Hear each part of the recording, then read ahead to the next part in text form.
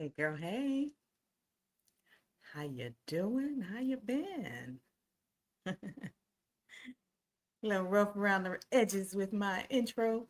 It's been a while since I've been live. Gosh, how long has it been? Mm, Probably a month or more. I'm pretty sure, right? But how y'all doing? If you're with me live, if you are with me live, say hey girl, hey in the chat. Let me know how you're doing. Let me know how you're doing, where you are in the world. I am back in the comfort of my beautiful, cozy home. I finally took a trip this year, y'all. I was like, look at me in these travel streets again. We'll talk about the travel in a separate video, but that was my first trip, my first real trip all year long. Actually shocked myself. Which, by the way, thank you, thank you, thank you for all of your beautiful, supportive comments and prayers and blessings on the 2-year cancer free anniversary post that I put up while I was on the trip. I read your comments and I'm so grateful for each and every one of you. I thank you so much. 2 years was like an exhale because my doctor's monitoring has certain what's the word I'm looking for? It has certain like categories of concerns. And 2 years was the first milestone, the first hill that we came to. So to hear her say, no evidence of disease, it made me happy. And then I booked the flight. So thank you, thank you, thank you for all of your comments and blessings. I receive all of the blessings that you sent to me, that you prayed for me. Such a relief. Uh, we got 3 more milestones to get over before I can completely exhale, but I'm happy. I'm happy. And I thank you for the compliments on the pictures as well. I had a photo shoot and they turned out beautifully. I love them. But anyway, I'll do a separate video on the trip and the experience and my future travel plans. But for this video, I wanted to share big decisions that I made. And I was already in the process of making this decision, but that trip, being on that trip, just solidified it for me. It, by the time I left, I had no doubts, no questions, no hesitations. I'm like, yep, decision is made. You saw the title of the video. I have decided to close my coaching business and fully, fully retire. And of course, I say fully retire because y'all know I was technically already retired. I retired from my full time career at 47, retired early. But I say fully retired now because I transitioned into having a business. So I was still doing some version of work, even though it didn't really feel like work.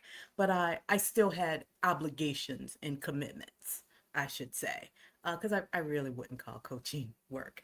But yeah, I've decided to fully retire. Um, I know some of you were clients, and you may want to know why I'm closing the business or why I'm not going to coach anymore. But more than that, my larger audience, I know many of you may be thinking about retiring early too. So I wanted to share how I knew I was ready to fully retire, right? Is that something you're interested in knowing? Are you in the process of thinking about early retirement? That's the most important question. Where are you in your life on the spectrum of your career? Are you in the process where you're coming to an end, or might not really be the end because you're not in your 60s or 70s yet, but you're coming to a crossroad and you're like, you know what? I don't want to do this anymore. Let me know in the live chat where you are in your career and if you're thinking about retirement early. What questions or concerns do you have about early retirement? Because I had a lot, and I'm going to share them with you. Um, and I know I'm not alone. So, as I share the thought process, the decision making process, and how I came to this conclusion to fully retire, how I knew I was ready, I hope it will help you on your journey as you're processing um, if you're ready, right? But if you are new to my channel, hey girl, hey. After building my portfolio and raising my daughter as a single mom, I initially retired early at 47. It's been almost 5 years. I have since moved abroad, loving life in Bangkok, Thailand, which there will be more videos on Bangkok, Thailand now that I've settled in and I've been here for several months. Um, but I live on the passive income that's generated by my investments. I I usually say, and I also coach, but I'm not going to be saying that anymore. I used to coach. I used to coach other Black women and teach them how to invest with ease and build wealth too. But I can still say on this channel, I share my experiences to help other women achieve their own version of freedom. I want to help you learn from my mistakes or help you learn from my wisdom and the good decisions that I made, whichever end of the spectrum is on. By me sharing, I hope it will help you make smarter financial decisions without overcomplicating money. So, welcome to my new friends and welcome back to my OGs. Welcome back to my OGs. Let me say, hold on. Mm, hold on. This is, which one did I make? This is mangosteen tea. Have you ever had mangosteen tea? Girl, it's so good. It's so good. I don't need any sweetener or anything. It's that good. Like it tastes just like the fruit, the mangosteen fruit. I love mangosteen. But let me say hello. Anyone who's with me in the live chat. I know it's been a while since I've gone live, so I know the full crew may not be here. Um, but if you're watching the replay, hey girl, hey to you too. But let me say hello to those who may be with me tonight. I know on the East Coast in the US, it's nighttime. It is Saturday morning here for me, and it's a gloomy, cloudy day. But hey, girl, hey, Eileen, I see you. Good evening, channel member. I hope you enjoyed the channel members only workshop that we did the other day. For any channel members that missed it, I uploaded it to the channel so you can watch the replay. But hey, Eileen, hey, girl, hey. And I love the money, babies. I love the money, babies. Miss Anita, definitely an OG. Look at what she calling me, y'all. Ain't nobody called me that in years, probably more than 10 years. Definitely an OG. What's up, Anita girl? Let's see who else is with me. Miss Faithful Jones. Hey girl, hey, how you doing? I'm so glad you're doing well. I am doing well too. Miss Veronica. Hey girl, hey. Good evening to you. Thank you, thank you, thank you. What's up, Miss Tracy? What's up, channel member? What's up, girl? I hope you checked out the workshop replay as well. I left some gems for you. Dropped some gems for you. Miss Tall Teasy. First of all, thank you. But you must have changed your name because your picture looks familiar. But I don't remember this name, Tall Teasy. But thank you, girl. Thank you. So good to see y'all. Miss Shalonda King. Hey, girl. Hey, what's up, channel member? It's been a minute, girl. Yeah, it's been a minute. I felt like going live today because I was like, oh, this doesn't need to be a recorded video. I owe them more than this. I owe my financial besties a conversation when I talk about this topic. So I thought this was very fitting to go live. I'm so glad you're here. So glad to see you. Even though you already been filled in on the scoop as a Sister Circle member, all of my clients already know what I'm about to share, or most of them if they come to coaching sessions. But who else? Oh, Miss Faithful Jones coming in with the questions. I love it. I like to retire in 5 years, but still have a mortgage in 5 years. I have concerns about still having a mortgage while being retired. What are some considerations? What I'm going to do, Faithful Jones, I'm going to star your comment. And when I get to the point in the video where I answer questions, I'll come back to your comment and hopefully there will be several questions that I can answer all at once. Is that okay? I hope so. Rock with me. I appreciate you being here and rocking with me. And anyone else, if you have questions or comments, put them in the live chat and I will star them and come back to yours too. And if you're watching the replay, after watching this, if you have any questions or comments, put yours in the comments and in about a day or two, I'll circle back and I will answer your questions as well. All right? But hold on a minute. Let me take another sip of my mangosteen tea. This, if y'all are ever in, where did I get this from? Bali. This was a leftover purchase from Bali. If y'all are ever in Bali and you have an opportunity to go on that tea tour, what is the name of that tea tour? Shalonda, we did it together. You remember that tour we went on where they let us taste like 12 to 15 different teas? And it was that, and coffee, different coffees. And they had that special coffee that was made out of that animal poop. You remember that tour? That's where I bought this mangosteen tea. You remember that? Girl, it's so good. So if y'all ever go to Bali, and I cannot for the life of me think of the name of this tour, but it's the tour where you taste all the different teas that are in Indonesia. Get you some mangosteen tea before you leave. I promise. You'll thank me later. mm, so, so good. But anyway, um, let's talk about retirement. Oh, early retirement, I should say.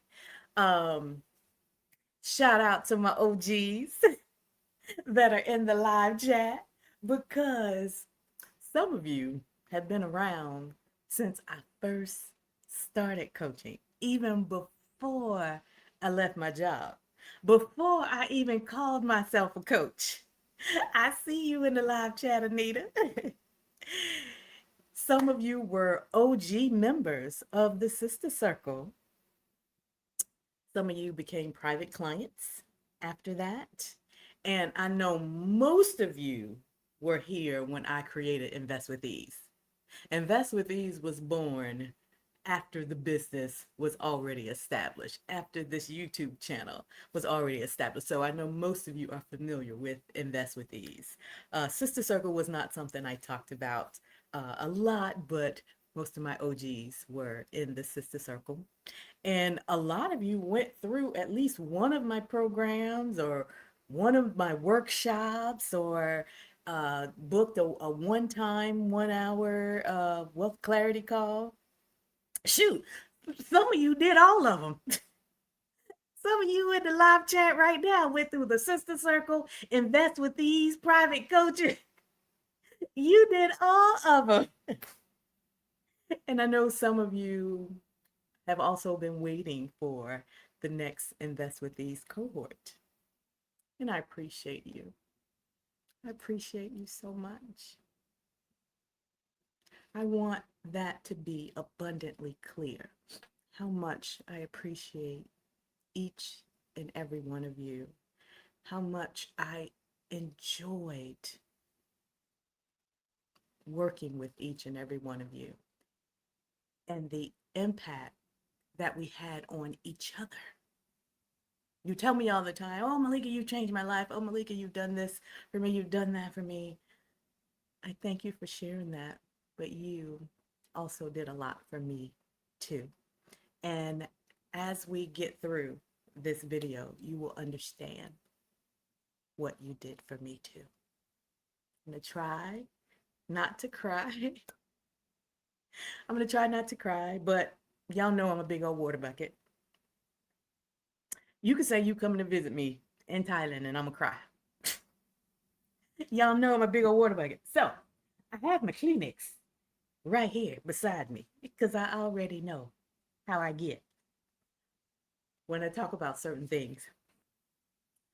But you all did a lot for me too. I loved coaching. So I'm not closing the business because something bad happened or because I don't love coaching anymore. I am proud of what I've built over the past 5 years. And I know the impact I've had on so many of you, even if you weren't clients. If you are watching my videos, I know the impact I've had because you've told me many, many times in many different ways. But I'm closing the business and it feels strange. Oh my goodness, it feels strange to say that because the business is still doing very, very, very good. In fact, this year alone, when I ran the numbers before I made the final decision, I updated my spreadsheet to make sure I had clean numbers to send to my accountant for Q4. As of July, when I officially closed the books, I have earned $175,000 in revenue this year.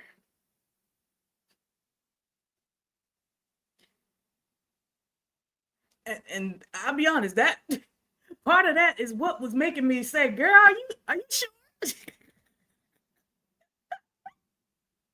Because I was in the process of scaling the business to double that. Last year, I made 173 for the whole year. This year, I made that in a little more than half the year.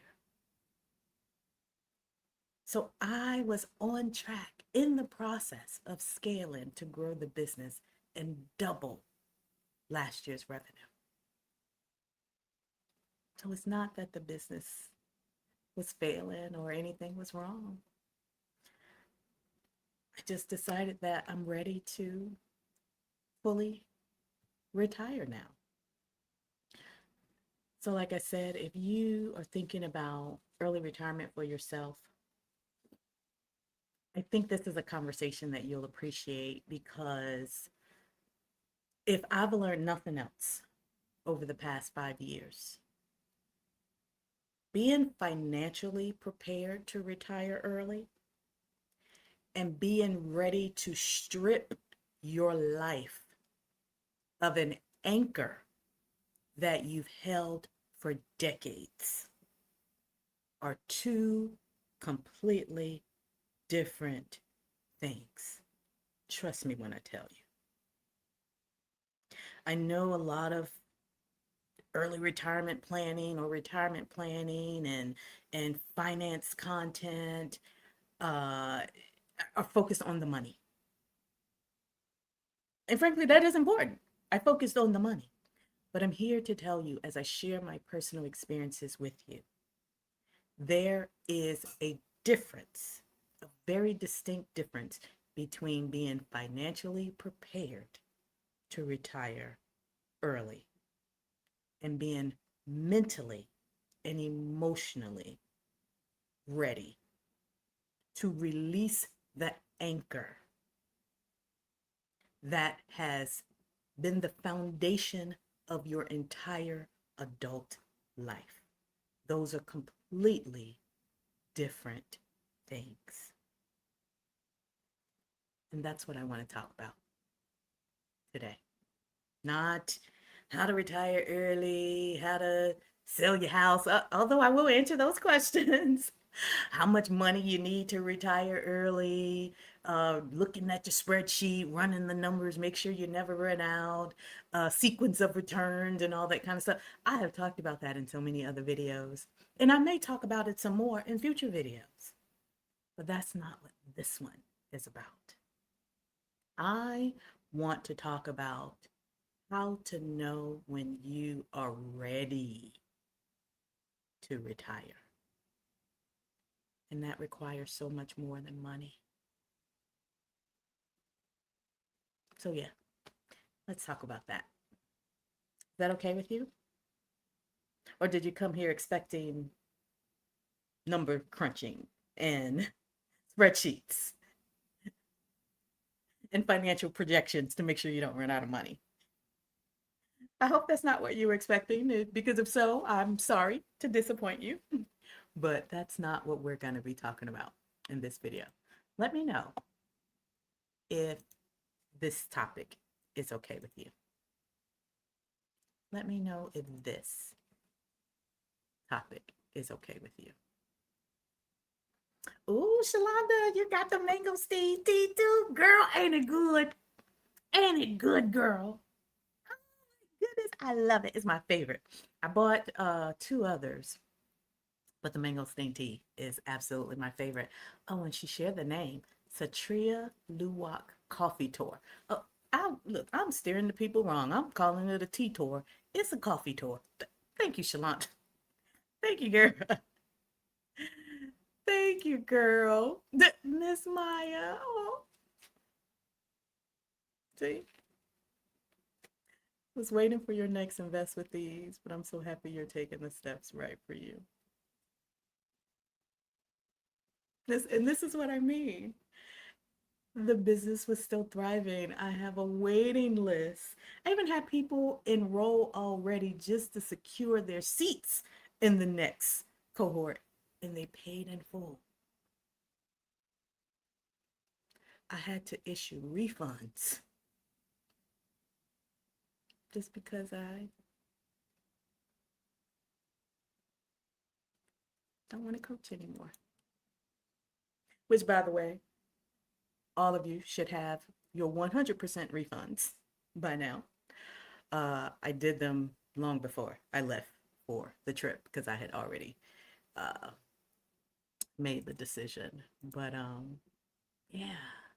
But let's get back to the topic. Let's get back to the topic. Um, in order for my decision to make sense, I have to step back a little bit um, to explain like how the business came about. But to be fully transparent, I started coaching while I was preparing to retire. On paper,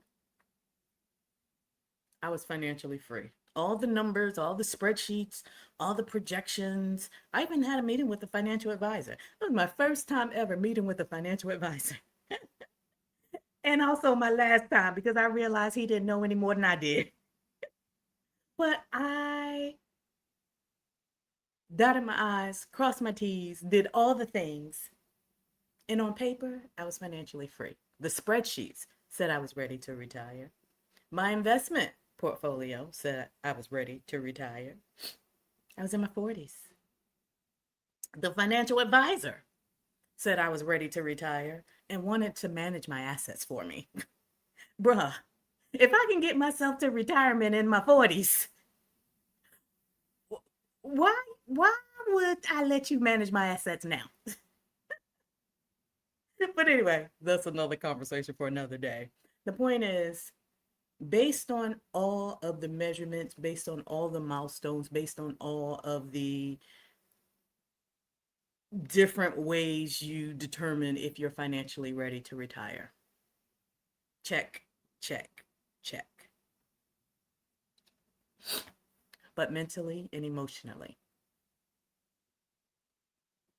I wasn't there yet. I wasn't there yet. And I think no one prepares you for what it feels like to stop receiving a paycheck that you've been earning your entire adult life. No one prepares you, and this was the most difficult thing for me. No one prepares you for withdrawing money instead of contributing to your investments. Something that you've been doing for decades, you stop and then got to do the opposite. No one prepares you for that. I don't think enough of us talk about that in the finance space. But baby, that's going to stop with me. That's going to stop with me because I'm going to start talking about it. And no one prepares you for waking up on a Tuesday and realizing you have no obligations, you have no commitments, and you have nowhere you need to be. I mean, that part is not a bad thing. But no one prepares you for how that is going to feel. I know the idea of retirement it's easy to focus on all the good. Oh, I don't have to work anymore. Oh, I can finally leave this crappy job. Oh, I don't have to deal with this crappy boss. It's so actually retiring is so much more than that. Once you make that decision and you get on the other side, no one prepares you for the real life that's going to smack you in the face. A life that is drastically mentally and emotionally different from the life that you have lived for 40, 50, 60 years. We are human beings. You cannot just flip a switch and be okay with the switch being on the other side tomorrow. It's not that easy. The transition into early retirement is so much bigger than money. Let me know if you agree with that. any of you experience that? If you're already retired or you retired, especially if you retired early, which I know some of you in the live chat has already because we've talked about it. Did you experience any of that? Like you're financially ready to retire, but no one prepared you for the reality of being retired. There's not enough literature, there's not enough videos, there's not enough books out there about mentally and emotionally preparing for retirement. So if you are not already retired and you're thinking about it, I'm not surprised if you feel hesitant to take the leap or if you're afraid to retire because you're not sure what retirement or early retirement is going to feel like. And that is normal. That is normal. But let me know in the chat, did any of you experience that or throw around, questions and doubts, before you took the leap? Hey, hey, Edith. Hey, hey, Diva. Aww. Oh, see, y'all gonna make me cry. Hey, Lena Cares.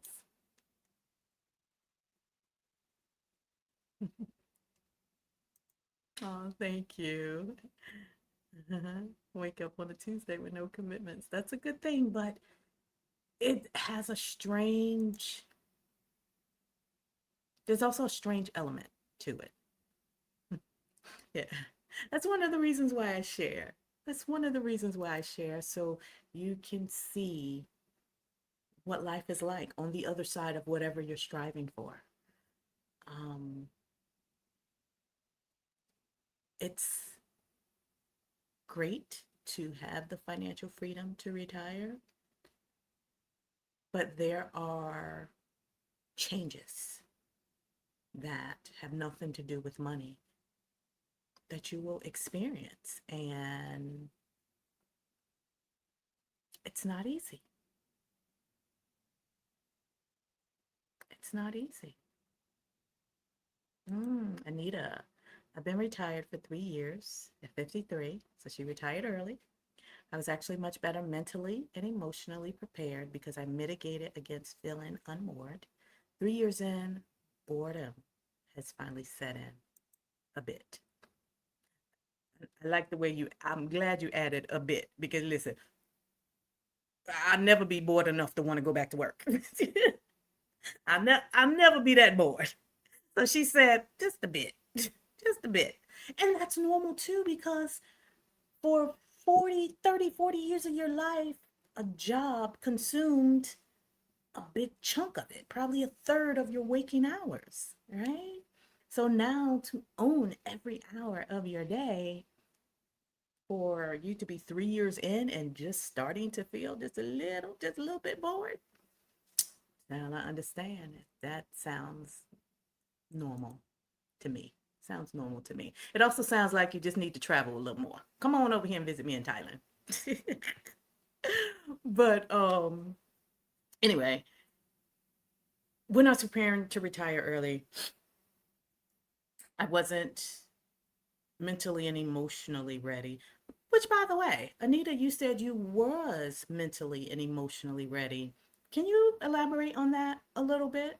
Explain like what you did to get mentally and emotionally ready. I think for me,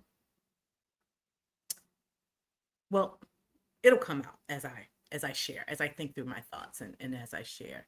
But what I mean by I wasn't mentally and emotionally ready, it was knowing what to expect on the other side. There were so many unknowns. I hadn't personally known anyone that had retired in their 40s. I was involved in a lot of like fire communities and fire groups and fire group chats. So I had seen it done, um, but I didn't personally know anyone that would share with me like their deep personal feelings about it. So for me, when I say I wasn't mentally and emotionally ready, it was because of the unknown. on the other side. And looking back in hindsight, I realized that coaching wasn't just a business for me. Coaching was a bridge. Coaching became the bridge I needed to bridge that gap between being financially ready on paper and not being mentally and emotionally ready to release the anchor of my life. My coaching business, I can't believe, I feel like being transparent is just exposing a very vulnerable part of me. But I decided to do the live stream. I'm not going to hold back. But my coaching business, if I'm being honest, it became an emotional safety net.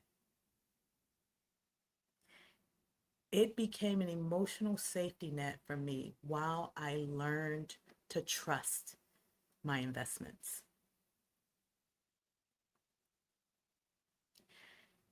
My coaching business became a financial safety net for me while I adjusted to living on passive income and not receiving a salary. That steady bi-weekly paycheck, baby. Some of us may be happy we're not working anymore, but I guarantee you every last one of us miss that steady paycheck. That predictable paycheck that went direct deposit every 2 weeks. We ain't have to do nothing to request it. We ain't have to do nothing to make sure it was there. We ain't have to send no invoice. We ain't have to do no follow-ups. We have to do nothing but wake up on Friday and it was there. So my coaching business was a financial safety net while I adjusted to living on passive income. Yes, I was financially free. No, I didn't need the money. But once my business was established, it provided a recurring, steady stream of income. So I didn't really have to think about the mental strain or any internal conflict I had about withdrawing the money. Now, I did turn off the drip, and my dividends were being deposited in my bank account, but there wasn't a psychological attachment to it. It just happened in the background because I wasn't really using the money initially. I hope that makes sense. But bigger than that, my coaching business became a passion project. And it was something for me to do. It allowed me to serve my community, to serve the demographic of people that I love the most. Black women. Black women, I love you down. I love you down. It allowed me to serve you and share everything I learned about building wealth to get to the point where I am now, where I did have the choice to not work. That was a gift. That was a gift. I loved watching so many of you go from, I can't do this. It's too overwhelming. Investing is too complicated. Oh my goodness, this just seemed like so much, so stressful. To go from that to, girl, my portfolio is up 41%. Girl, do you know I just bought 200 shares of NVIDIA? Girl, I get so many text messages and emails and phone calls that start with, girl.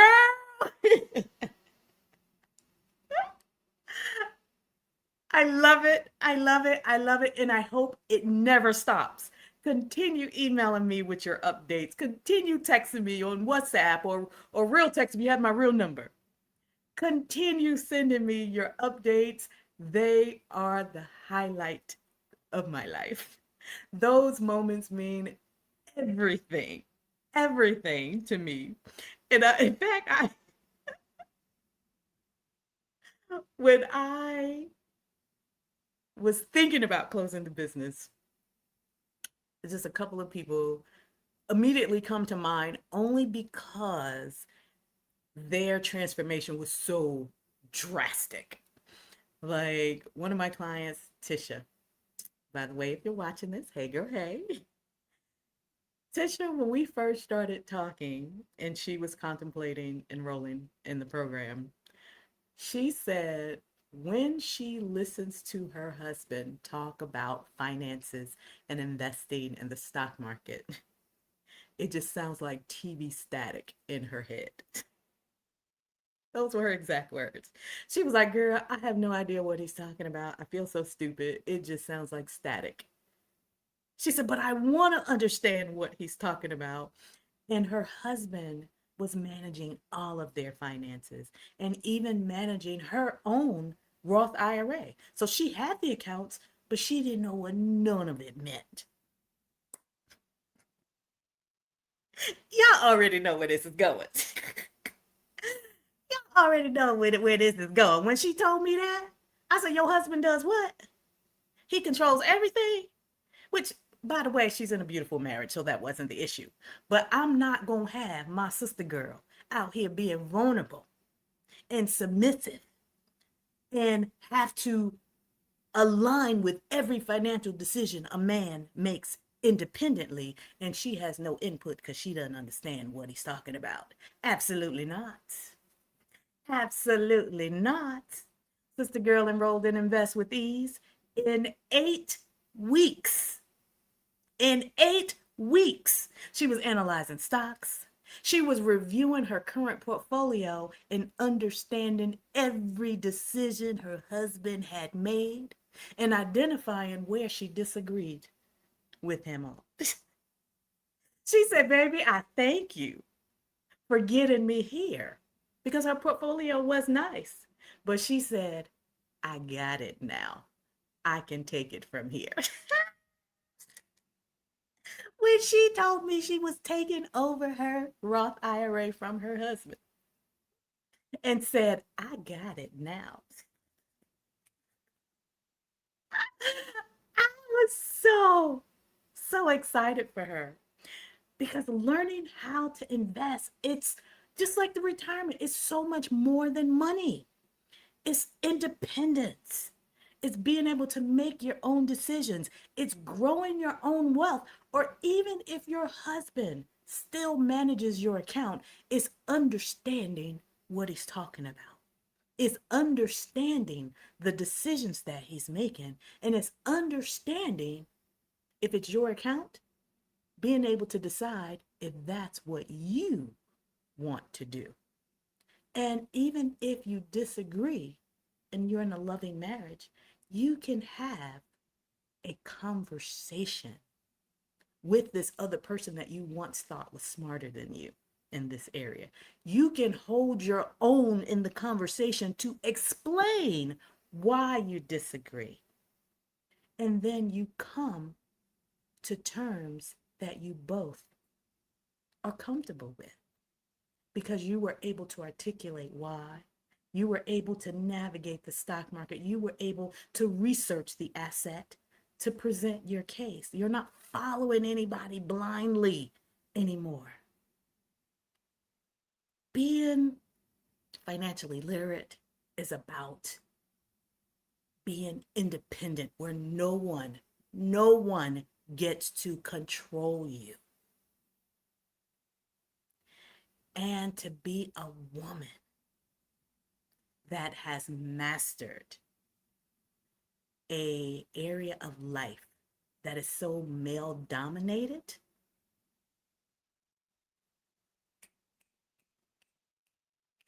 you cannot tell me that ain't winning. You can't tell me that ain't winning.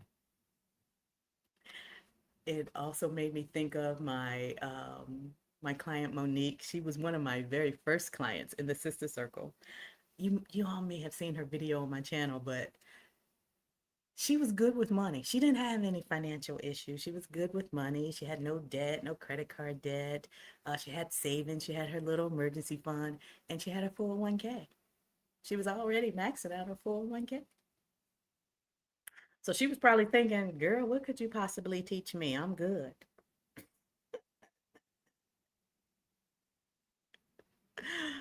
Oh, challenge accepted. Monique went from I'm good to bitch, I reached my fire number. Y'all, I have only been in business for 5 years. Okay?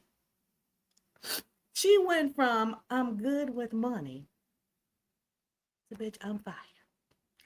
I can quit work right now if I want to.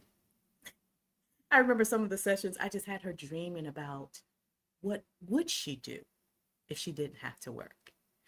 And she had never stopped to think about that before because she never considered it a possibility. So to go from I'm good with money, but I'm also locked in this hustle and grind in this normal life of working, making money and paying bills and buying stuff to wait a minute. What you mean I don't have to work because I have this now? Hold on. I can start thinking about possibilities of things I really want to do because I don't need to work for money. Possibilities, options, choices. Your world opens. All of these memories make me smile. I have so many transformational stories. I won't go into all of them, of course, but what I will say is one has become a multimillionaire. Emphasis on multi-millionaire. Three have officially crossed the threshold into millionaire status. Two more are very, very close to becoming millionaires, like within six figures. They're just waiting. They're just waiting to see that second comma. It's coming this year. So I think I'm safe to say five. I've helped five Black women become millionaires, one a multimillionaire, and hundreds more are building wealth. We have literally created more brown trust fund babies. Yes, I love it. I love it. I love it. And I was actually in the process of scaling my coaching business to grow more this year. I hired a sales coach. I improved my marketing messaging. You may have noticed the evolution on my channel this year, especially like the first 4 to 6 months of the year. I damn near had a 100% sales conversion rate. If you got on the phone with me, you were enrolling in something. I made Invest with Ease more efficient. I scaled it down from 8 weeks to 6 weeks. I was preparing for the next cohort. I had already designed the launch strategy for the next cohort. I was already growing the wait list for the next cohort. I had two or three clients that had already paid in full in advance. I hadn't even announced when the next cohort was going to be. I had 2 or 3 people that had already paid in advance just to secure their seats. And I was in the process, or preparing, I should say, to hire 2 staff members for the summer launch. The next cohort was supposed to launch in August. I was writing the SOPs for the 2 staff members that I wanted to hire. And that's when it hit me. I had to stop and ask myself, why am I doing this? Do I want more obligations? Do I want to manage people?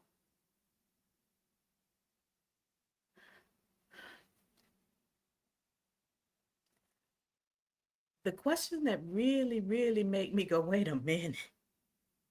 And girl, I had to take it to my therapist chat.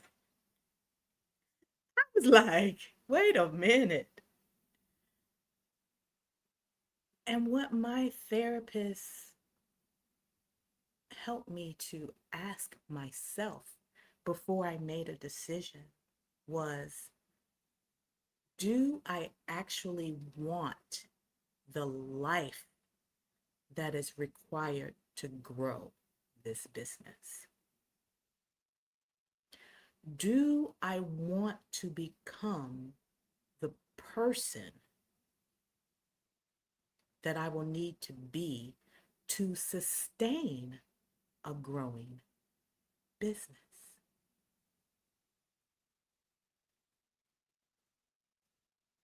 And I have to be honest. The answer was no.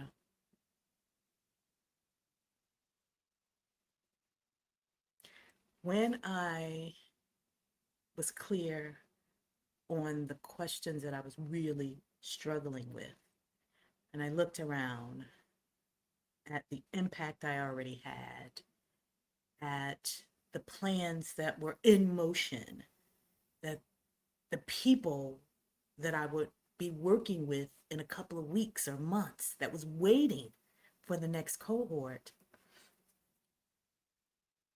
I realized that I was doing all of this for you and not for me. I was starting to do it out of obligation. And then it started reminding me of work. The career that I had already decided 5 years ago that I didn't want to do anymore. And I started thinking about the reasons why I walked away from my really, really good career with really good benefits that I have now since adapted to not having anymore. I was recreating the same circumstances for myself. So there was nothing wrong with the business. And there was nothing wrong with you. I appreciate all of you so very much, whether you were a client, whether you were looking forward to becoming a client, or whether you just viewed my videos and helped to get my message out to attract other clients. I appreciate all of you so much. So there was nothing wrong with the business. I wrestled with the idea for months. In fact, my internal compass said, you've already done all of this work. Just host one more cohort and finish the year.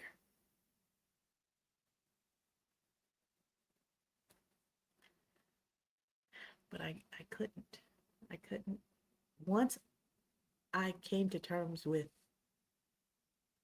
the answer to those questions, no, this is not what I want, I couldn't push myself to do it. And had I pushed myself to do it, you would have noticed.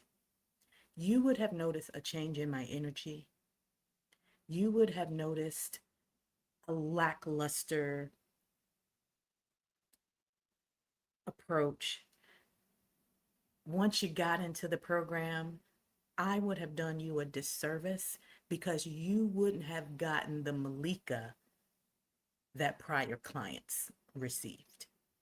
You would have gotten the same information in the same structure of the program, but I wouldn't have shown up as the same person knowing it's not something I wanted to do.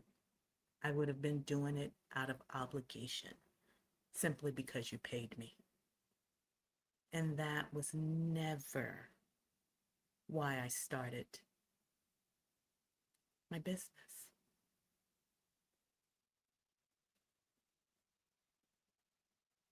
So even though things were going really, really well,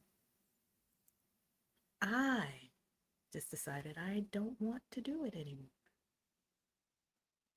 And it's okay to end things on a high note. It's okay to walk away from something that's good. You don't have to wait until things are bad to walk away. You don't have to wait until something negative has happened to make you say, I don't want this anymore. You could simply reevaluate what you desire. And even if it's still good, even if other people think you're crazy, you can still say, this chapter in my life is complete. And hold on to the positive memories to say, I did that. That was good. But I don't want to do it anymore. And it just be that simple. Let me know in the chat if you have struggled with letting go of something that's still good, but you know deep down inside you no longer want it. So you just continue doing it out of obligation. Have you ever done that before? Why do we assume that we need a reason to leave something that's going well, other than simply you don't want it anymore? And I don't know why, but I'm also thinking about marriages. Like, if you have a relatively stable marriage, but nothing about it feels good to you anymore, you have evolved over the past 10, 20 years, gone in completely different directions. People will make you feel like you are stupid if you leave that man. Girl, it ain't like it. He ain't cheating on you. He ain't beating you. He ain't doing this. Like all the traumatic junk that they've experienced. Just because he ain't doing those things, you should stay. But you're miserable because, let's say you want to live abroad and he doesn't.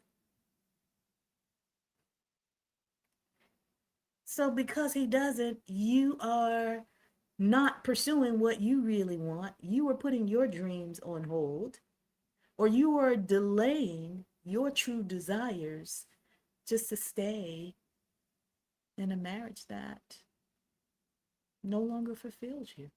You hold on another 10 years dreaming about what you shoulda, coulda, woulda done. But because nothing is technically wrong, you think, oh, it's fine. But you're miserable. You're doing it out of obligation. It's not fine. It's okay to let anything go that you simply decide you don't want anymore. You reserve the right to change your mind. And I smile because I know you all have heard me say that 1,000 times. I say it, and it's not a soundbite. It's not something that sounds good or trendy. I say it and I live by it. You reserve the right to change your mind. But why do we assume we need a reason to leave something or to stop something that's going well when you don't want it anymore? Why? Let me see what you're saying in the comments. Oh, I missed a lot. Oh my goodness. Hold on. Let me scroll back. Oh, I love you too, Miss Maya. Oh, you're still building a legacy even without coaching. We love you right back. Oh, I appreciate you. I appreciate you, Miss Lena. Oh, somebody is telling Shalonda she's preaching. Let me see what Shalonda said. Oh, wow, I missed a lot. We go back. What Shalonda say? Shalonda, I don't see your comment. What's she saying you preaching for? I missed it. I missed it. Okay, there's a QQQ. I'm going to start this. Miss Maya, I see your question. I'm going to come back to it. CC Baby said, congratulations. Thank you, girl. Thank you. Oh, thank you, Miss Sierra. Y'all are so sweet. Y'all say I'm glowing, honestly. Ciao. This is shea butter. I don't like being ashy. So before I leave my house, before I go live, your sister girl is moisturizing from head to toe. It looks like a glow on camera. Girl, this shea butter. I put shea butter everywhere. Everywhere. I love me some shea butter. Let's see. Yes, Lena. Coaching was a bridge. It allowed me to leave the nest. Yes. Yes. Shalonda, that steady paycheck is a hell of a drug. It's a hell of a drug, child. I couldn't let go. Couldn't let go. Uh, let's see. I still don't see why somebody's saying preach to Shalonda. I was looking for a comment to highlight, but I don't see it. Uh, let's see. Oh, see, I love comments like this. For the first time, I hit all my financial goals. I had to set up boundaries with my family to do it. I am thankful for you. I love that. I love that. I love that. Oh, thank you. The London balcony farmer, 200 jewels. I have no idea what that is, but I appreciate it. Thank you very much. um, yes, girl. When she sent me that message, she was like, girl, I'm fire.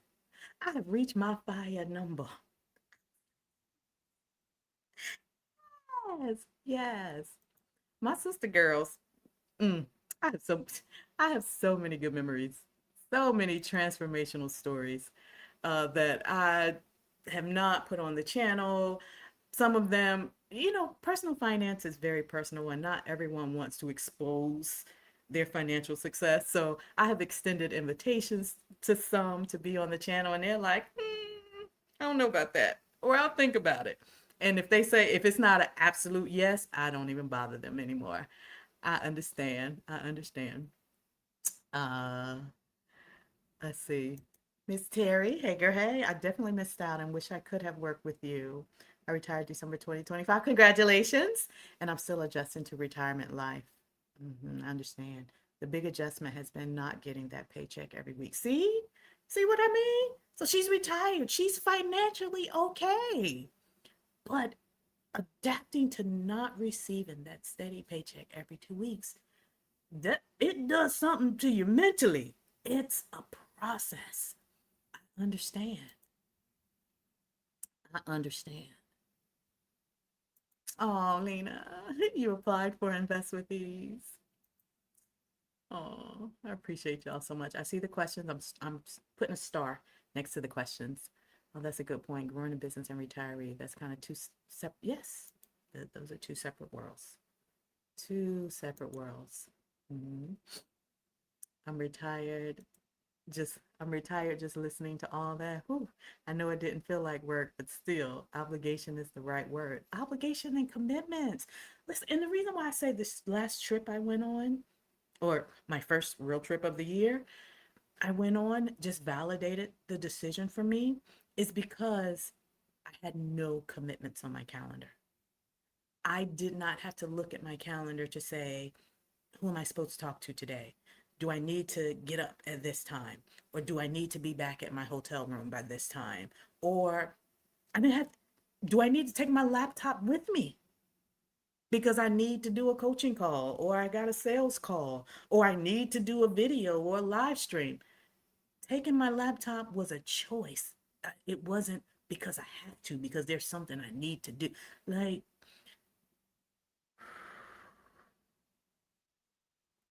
I own all 24 hours of my day because, yes, I can block my calendar off so no one can schedule anything whenever I want to. Or I can say I'm not going to do a video this week whenever I want to. But that's very, very different from I have no obligations, I have no commitments. I show up whenever I feel like it. Who gonna check me? It's different. It's different. So I still somewhat had, I was about to say ball and chain. It's not ball and chain. Because having your own business, you do still have a lot of freedom with your own business. You control the amount of money you make. There's no limit. There's no cap. I have no doubt. Had I continued coaching for another 5 years, I would have $1 million business. The same way I built my six-figure career, I built my six-figure business. The same way I built my multi-million portfolio, I was about to build a multi-million-dollar business. But is that what you really want to do? Because it wasn't a financial necessity for me. I had the freedom to make that choice. Is this really what I wanted to do? And I did not want the obligation. I love the clients, I love coaching, but I did not want the obligations or the commitments. Which reminds me, for those who still want to learn from me, I will still be doing YouTube, but it's not an obligation and it's not a commitment on my calendar. I still have the Your Road to 100K course, self-paced course on my website. That's not an obligation. It's not a commitment for me on my calendar. Occasionally, might is the operative word. I might make time to still do the wealth clarity calls, but those are only 1 hour. It's not a 6 week or 8 week course or a 6 month private wealth mentorship. The wealth clarity call is just 1 hour. So I might occasionally make time for that. But the videos, because this is fun, it's no obligation, no commitment. The videos will still be here. If you have questions on video topics you want me to explore, I'm not doing any research to prep like I'm teaching you anything like I used to. I'm just going to hit record and show up, be like, I'm here. And just talk off the dome. You get what you get. Because I ain't trying to sell you nothing. But there's a course on the website. You can feel free to take it. You can finish the course in like 3 days. Most people finish it in like 3. It's really, really simple, easy course. But no obligations, no commitments. It just feels really, really different. And anybody that has a business that tell you, oh, I'm free, girl, they lying. They lying. You are not completely free if you run in a business because you have obligations to clients and you have commitments on your calendar to do certain things at certain times. They're making more money, but making more money does not mean they're free. Yes, yes. What a revelation. I'm happy you were able to have that moment of reflection and the courage to release. Shout out to my therapist, y'all. Shout out to my therapist. I am a big advocate of therapy. You don't have to be experiencing trauma or going through a tragic life event to need therapy. My therapist keeps me grounded.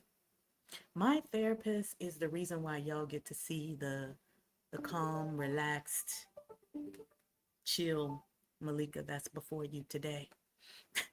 Because Malika 5 years ago, my clients at work, the program managers that I used to work with, the engineers, the scientists, the nickname they used to call me was Fangs. They was like, "Oh Lord, here come Fangs." I had a reputation, and that reputation is needed when you are working in an environment that's male dominated. They created Fangs. But now my therapist has helped to create this. Girl, if you ain't in therapy, get you one. Get you a therapist. Get you a therapist. But let's see. Yes, Terry, yes. She asked some very, very insightful questions that I had not, I felt them, but I didn't know how to frame it for myself. And she walked me through. We did some exercises in one of our sessions, and she gave me some homework, and I was like, wow, yeah, this is the answer. This is not what I want. I do not want to become the person who's running a multi-million dollar business. I have no desire to be her. I love to see all the coaches online doing their thing and growing their business. Two of them, two financial coaches, I call my business besties. I'm still going to be cheering them on when it's appropriate. If somebody I think will be a good fit for their program, I'm going to refer them and recommend it. But I wave the white flag. I take my hat out the ring. I don't want that life. I don't want that life for me. Oh, Eileen, she's talking about the divorce example I gave. Filed for divorce after 23 years because I actually feel we're on different levels. I want to do more, so much more with the time I have, and he's content in the space he's in. Exactly. Exactly.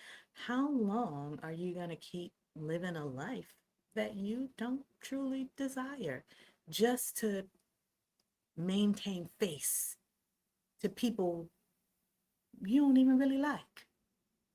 Just to maintain an appearance of something or to keep trying to achieve something that society says you should desire. I've been married for 25 years. Congratulations. Like, we love to praise women that say they've been married for 30 years. That's amazing. Is it? If you have been compromising your true self for 15 of those 30 years, is that really amazing? I mean, I don't know. I don't know. I ain't got a dog in a fight because I ain't never been married. I was engaged twice, but I've always been true to myself. That's why I never made it down the aisle. I ain't never been married, so I don't know. But is being able to say, I've been married for 30 years, is that is that really amazing? Are you really happy?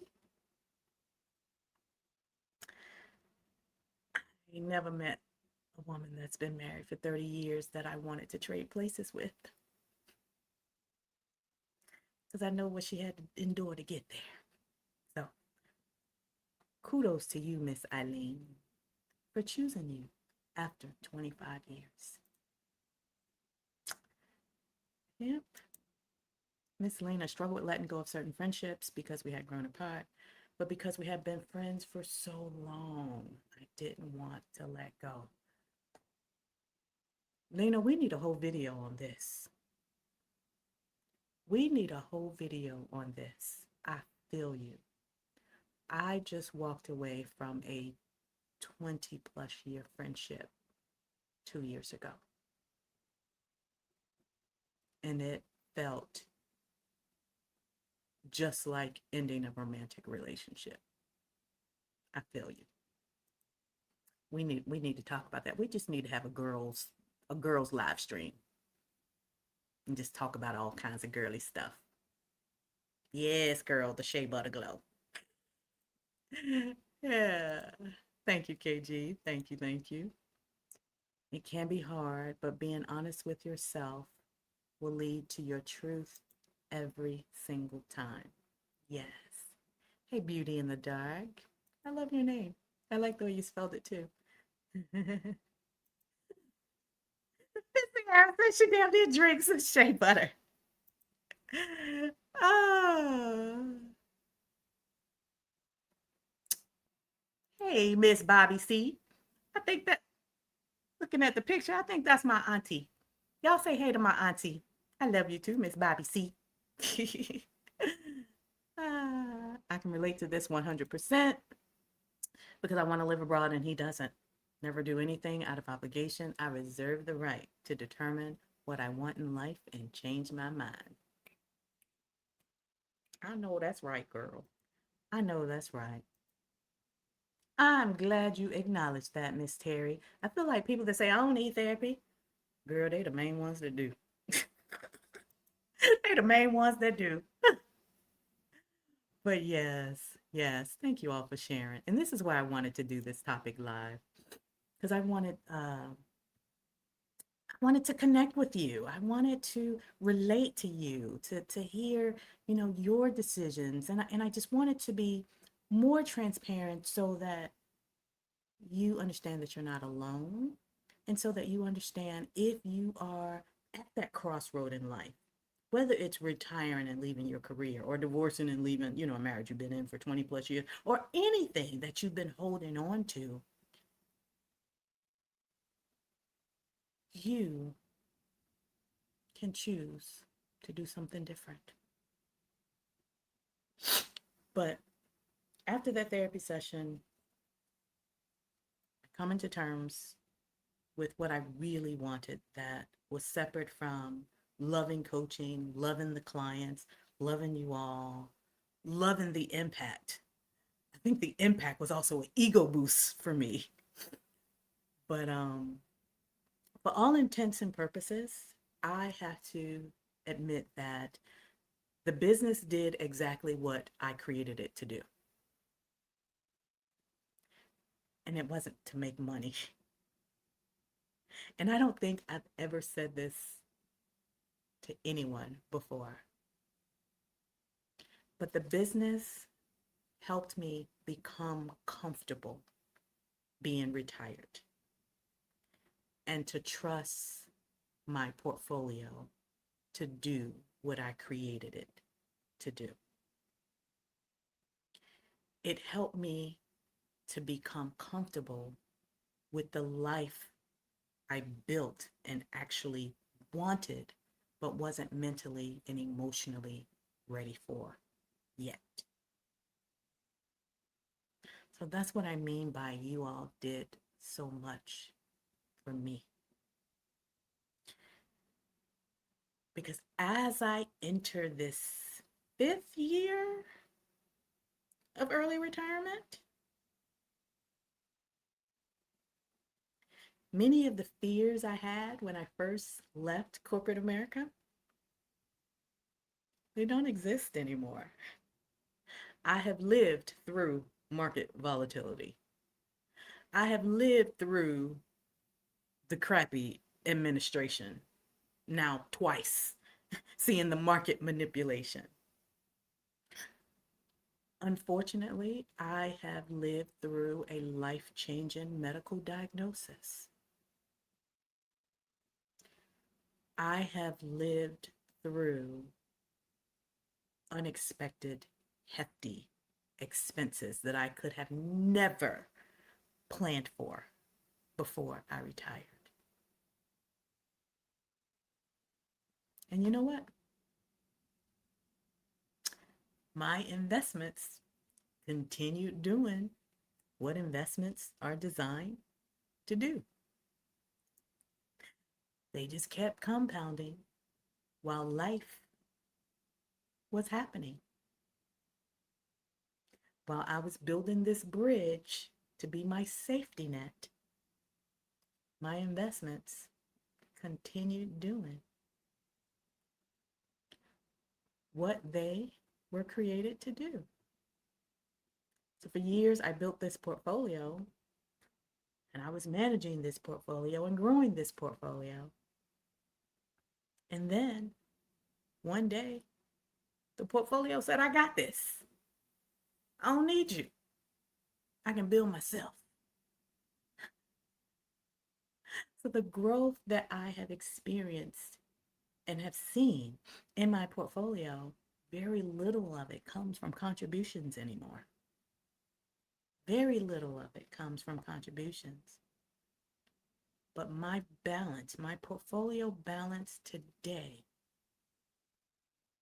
is double what it was when I left my job in 2022.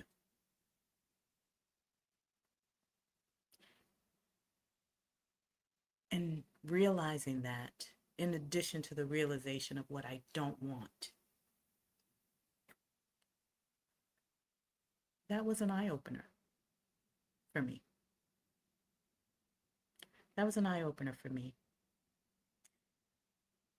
And it made me more aware of how obligations make me feel. It made me more aware of how commitments make me feel. And I'm a woman of my word. Once I say I'm going to do something, it's a wrap. So that's why it takes me a while to say I'm going to do something. That's why when you all like, when is the next cohort? When is the next cohort? I never told you a date. I never told you a time. I was like, maybe. It depends. I'm thinking about. Once I commit to something, it will take hell and high water to get me to not show up. So once I say it, it's done. But if you never hear me say it, girl, don't depend on me. Don't depend on me. But the eye opener, it helped me to realize how obligations and commitments make me feel. When you don't have to trade your time for money anymore, I think your relationship with time changes. You no longer think about how much money can I make in this amount of time? How do I want a six-figure business this year, a seven-figure business this year? What are my goals for the next month, the next 6 months? Your relationship with time changes, and how you think about what you want to experience or what you want to do in that amount of time. So instead of thinking, I want to grow my business, I want to double the revenue from last year, I want to make a larger impact, because I was thinking about, I had made the program more efficient, but I was going to allow more people to enroll because I had become so efficient in delivering the material. So last cohort, I limited to 20 clients. This one, I was going to allow it to expand to 30. I was like, I can coach these 30 people in 6 weeks. So everything about time was how much I could accomplish, how productive I was going to be, how much money I was going to make. When you are no longer trading your time for money anymore, and even business owners, you're still trading your time for money. When you are no longer trading your time for money, your relationship with time changes. Now my thoughts are, what makes me feel the most at peace? Where can I go to spend X amount of time to experience whatever it is I want to experience, to feel at peace? Or what type of excitement do I want in my life right now? And how do I want to spend my time to feel excited? When I heard my doctor say no evidence of disease, we have passed the 2-year mark, I was excited. I didn't think I need to look at my calendar to see what coaching calls I have. I thought I want to book a flight. And when I booked the flight, I was on it the next day. When you live in Southeast Asia, you can book random flights and hop on the flight the same day. Booked a flight and I was gone.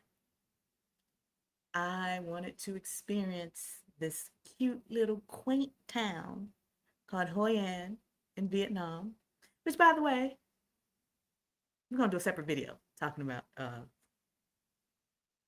my favorite places in Vietnam. But when I think about time now, I think about how I want to feel. What makes me feel at peace? What gives me energy? What makes me feel excited? Where do I want to celebrate because I'm feeling excited? What brings me joy? Right? Or the opposite. What takes it away? What takes away my peace? What drains my energy? Who drains my energy? What takes away my joy? And when I think about growing the business or scaling the business, or even if I maintained the business where it was, which was still good already, I didn't achieve financial freedom to create another exhausting job for myself that gave me obligations and commitments.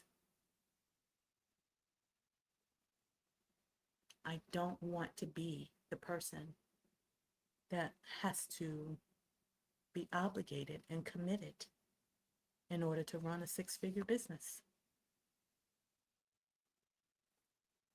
I don't want to be her. I created financial freedom so I can choose all the time, every day. Not I only get to choose when it's the slow season in the business, but I don't get to choose when it's the time of year that most people are creating financial goals. So let me provide this service to them so they can meet their goals. That's a commitment. That's an obligation. I didn't get to choose because I was obligated to the business. But now that I've decided I want to fully retire, I do get to choose. I still have to make choices. And I'm not saying life doesn't have responsibilities, because I'm not a willy-nilly la la la type of person, although I do love me a good dilly dally. I'm still responsible Malika, but I get to choose differently and not out of obligation or commitment. Anywhere I show up, anyone I'm with, I can guarantee you it's because that's where I want to be. That's who I choose at this moment in time, not because it's where I have to be. Those are different, right? So have you ever had something that was right for you in one season of your life, and then one day suddenly it wasn't? Have you ever experienced that? It was right for this season, but where you are now, it's not anymore. Let me know. Let me know in the chat. And then I'm going to share something that I want to leave you with that I wish I knew and understood 5 years ago. I'll share that with you next. I didn't realize we've been on for so long. But I love this conversation. I love talking to you all, so I'm not rushing through it. And I have no obligations or commitments, so I have nowhere to be. I have nowhere to be. I do have a commitment with the gym. Yesterday was my walking day. Today is my weightlifting day. So at some point today, I need to make it to the gym and do 20 minutes of something. That's the commitment I made to yesterday, Malika. Sometimes I might have to tell Malika, girl, I'm not doing that. But yesterday, Malika, now she on it. She locked in with this health and fitness, with this wellness journey. And sometimes I'd be like, girl, I don't want to today. And she'd be like, girl, get it together. We locked in. So, child, sometimes Malika and Malika be having internal conflicts. But yeah, I promised her a gym day today. So that's my only obligation today. But let me see what y'all saying.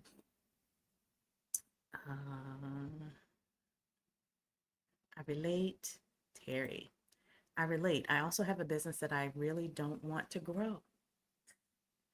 It's serving as a buffer and a bridge to fully adjusting to being retired. Terry, you get it. Yes, to fully adjusting to being retired and reliance on my portfolio. I'm also a can. Wow. What are the odds? See, this is why I do YouTube. And this is why I'm not going to stop doing YouTube. Because YouTube helps me find my people. YouTube helps me to find my people. When I show up and just share my truth, YouTube like, I know somebody just like that. And they help me find my people. Terry, I would love to talk with you more. What are the odds of someone that has this much alignment with me? Wow. So you are now probably where I was maybe 2 years ago. And this is why I share. This is why I share. I have something for you. I have something for you next. I'm going to share what I wish I knew. Lena Cares, I see your comment. I'm hearting it. I see your question. I'm hearting it. Getting me to give up my time. Anita, getting me to give up my time, girl. My time is far more expensive in my retirement than it was when I was working. Talk about it. Talk about it. And listen, when I think about how I spend my time, I think about my hourly rate and I look at my portfolio and I look at the growth over the past 5 years. Girl, my hourly rate has gone up. My hourly rate has gone up. So yes, my time is far more expensive in retirement than it was when I was working. If it's not something I want to do, the money or offer won't matter. I know that's right. I know that's right. Could I grow a multi six figure, close to 7 figure business, if not 7 figures? With time, I'm sure. It would have been multi six this year. Only had another 25 to go. And with another cohort, it would have knocked that out. But is it worth my time? Is it worth the obligation? So I most definitely wasn't coaching for the money. I was truly coaching because I needed the bridge for my own selfish reasons. This is why I say so many of y'all did so much for me. But the most important reason why I was coaching was because of the passion, the impact, and serving the demographic of people that I love with all of my heart, with all of me. I would not be who I am without Black women. I would not be where I am without Black women. Even when I think about retirement, I have to give credit to all the Black women. My boss, my last boss, was a Black woman.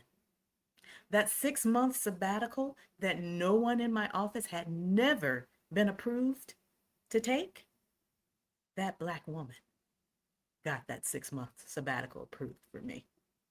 So when I think about us, I love us down. I love us down. So that is the real reason why I lasted as long as I did.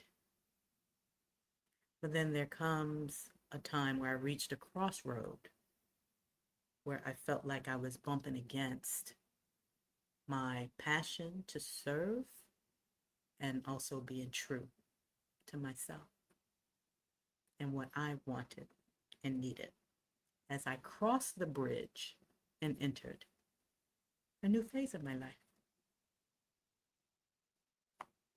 Yeah, I love y'all. But I'm with you, Anita. My time is way too valuable. My time is way too valuable now. But anyway, um, what I want to leave you with, I would say, oh, my nose keep running. I think my nose keep running because it's anticipating tears. But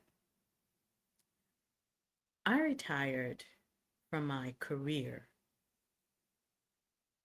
almost 5 years ago. I was 47. I started the business before I retired because I was preparing that what I now realize was a bridge. So I can say now, 5 years later of being in business, I retired from a successful career because my career was going well.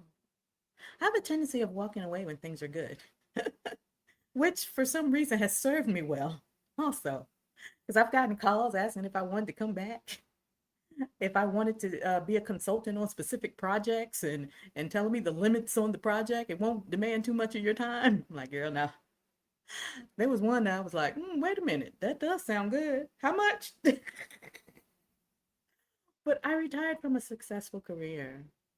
And now, 5 years later, I'm closing a successful business to fully retire.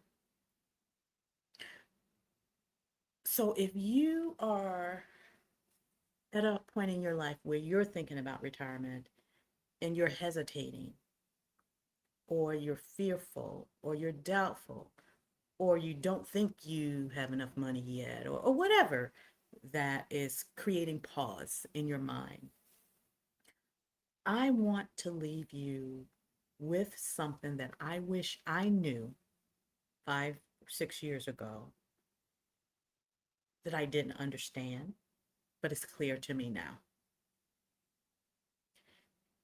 You may be asking yourself, what will I do when I retire? How will I spend my days?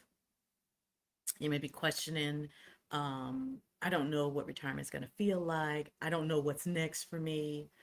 You know how they always say, make sure you're retiring to something and not just from something.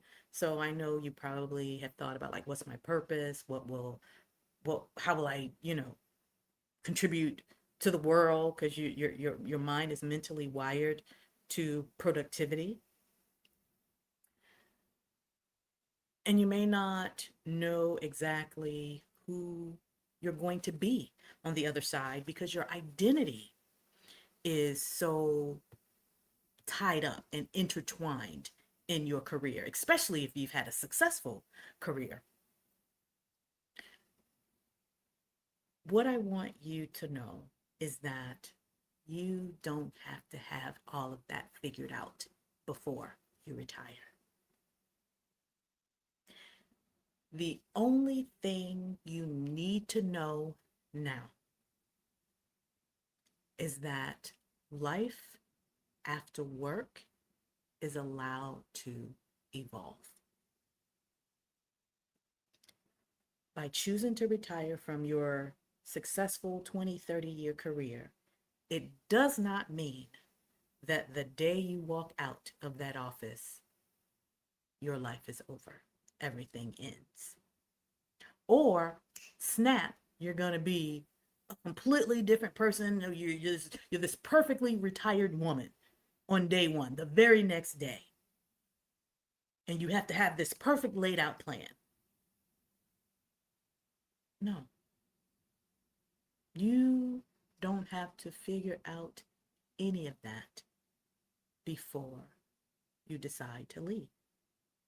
There is no such thing as a perfect retirement or perfect retired woman. Like, there's no fixed way you're supposed to be just because you're retired now. All right? Your life gets to evolve. You get to become her, whatever vision you have in your mind of who retired you should be. You don't have to strive or have a plan to be her the very next day, the very first day of your retirement. You get to become her. The woman I am today is not who I was when I submitted my letter of resignation. You can retire. You can decide to try new things. You can decide to build a business, to build your bridge. And you can discover that new thing, whatever it is, whether it's a business, a hobby, something you've always dreamed of since you were a child, you can decide to do that thing and discover that new thing becomes meaningful to you and to other people. And that's such a beautiful discovery, to know that this new thing that you just started doing because you had more time and you had no idea what it would become, it is so meaningful to you and meaningful to other people, and you love it. You love it, but you would never discover that if you were still working that 9-to-5 job.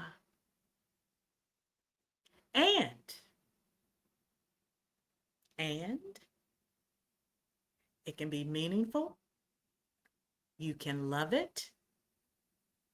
And then one day, you still get to change your mind and decide that you're done with that too.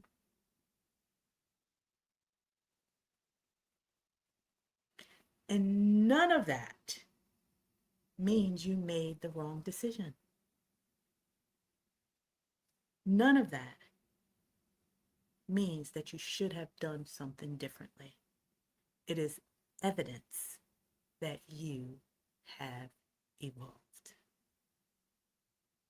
That's it. That's it. You get to close a chapter that's successful, your career right now, right? You get to make room for something else that you've always wanted to do, but you can't see how impactful it's going to be yet. You can do that too. And you get to say, I'm done with this too, as you evolve. But the most important thing I want to leave you with is that you have to trust that not knowing what's next does not mean you're not ready.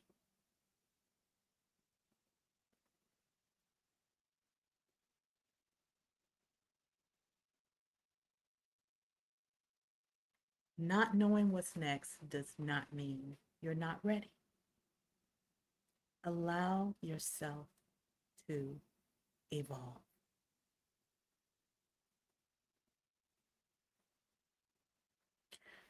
My coaching business was a bridge between being financially free on paper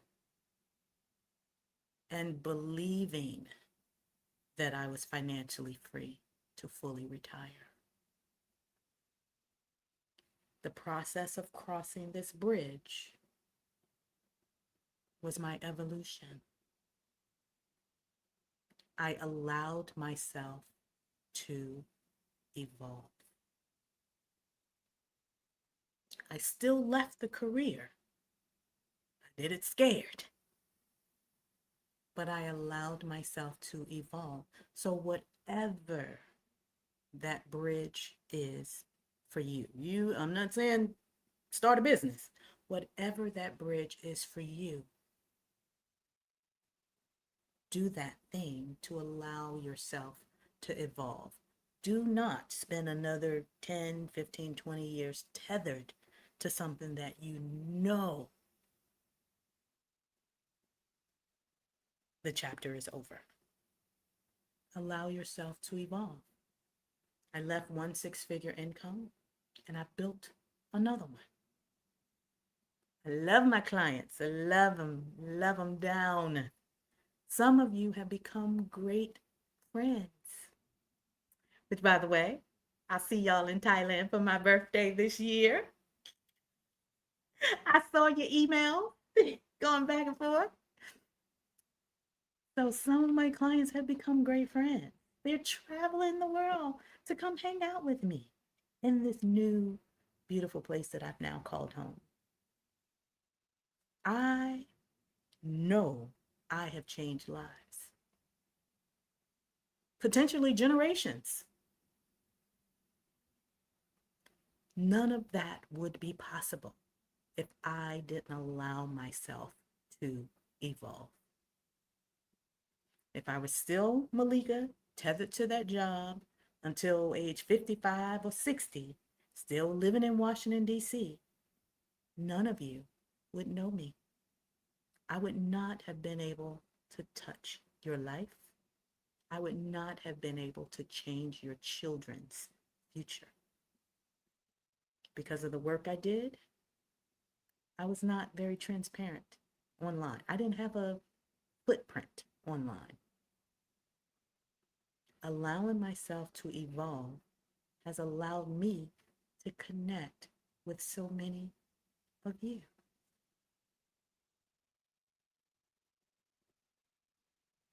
Okay?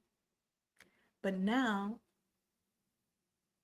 I'm entering a new phase of my life 5 years later. I'm still evolving.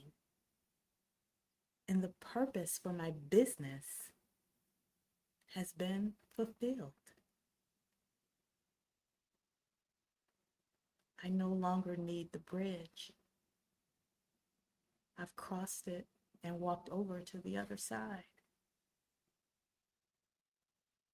So, to every woman who trusted me enough to be a part of your journey, thank you. I thank you because you changed me just as much as you tell me I've changed you.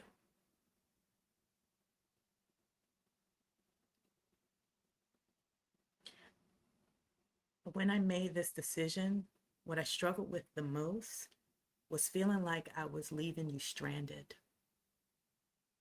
But I've come to terms with that. And I trust that every woman I have coached, I trust that you have everything you need to pass on the knowledge and to create your own legacy. I trust that you can do it because I've given you everything to do it. But my chapter as a money coach is now complete.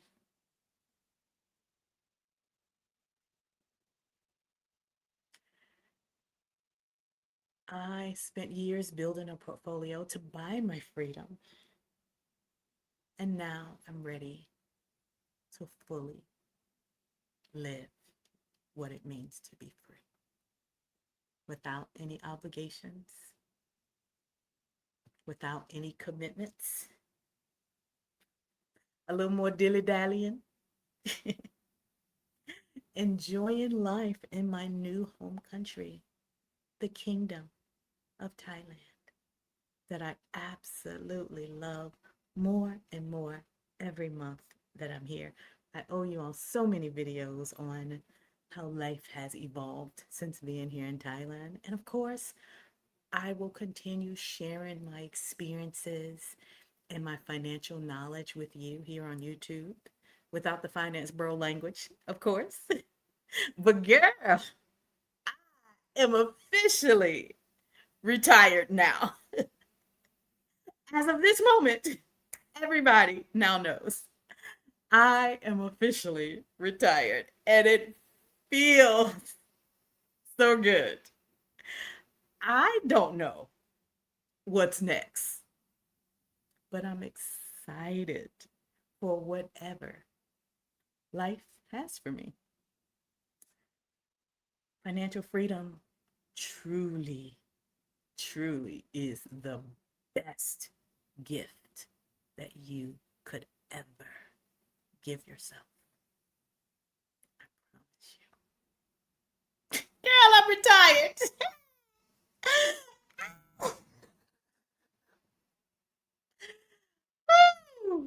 Mm. I love it. I love it. I promised I would answer your questions. Let me check the live chat one more time, and I promised I would answer your questions. I'll do that right now, and then we'll wrap up. Uh,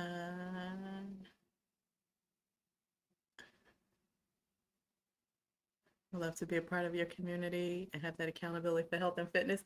Oh, girl, you are a part of the community.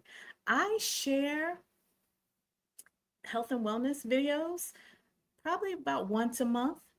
Um, my channel will still remain a finance channel, but financial freedom is also about wellness. What's the purpose of having millions of dollars if you did? Right. So wellness is still part of the financial ecosystem. So I will continue sharing my wellness journey and do more wellness videos. So you are already a part of the community. I am not going to create anything separate, any groups or anything like that. I'm just going to live my life and continue sharing it. What happens or evolve in the future, I don't know. I'll let future Malika deal with that. But right now, we just gonna continue doing YouTube, girl. So you in there already. I love you, girl. I love you. Yes, Miss Maya. There, that takes a lot of pressure off. There's purpose in the discovery process. You're right. We are wired to productivity. Yes, yes, yes, yes. TDD, hey girl, hey. I just got off work to see this live. I need to talk to you. I reached out to you on your Facebook Messenger. I'll be in Thailand in a couple of months. Let's get together.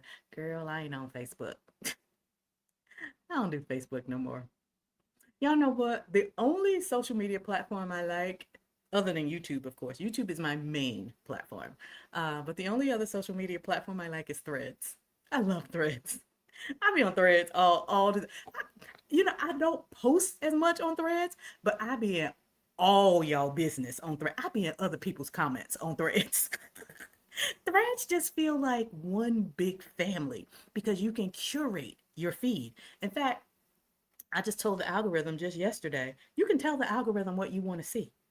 I told the algorithm just yesterday, I said, algorithm, show me more Black women prioritizing their health and wellness, being whimsical and enjoying life.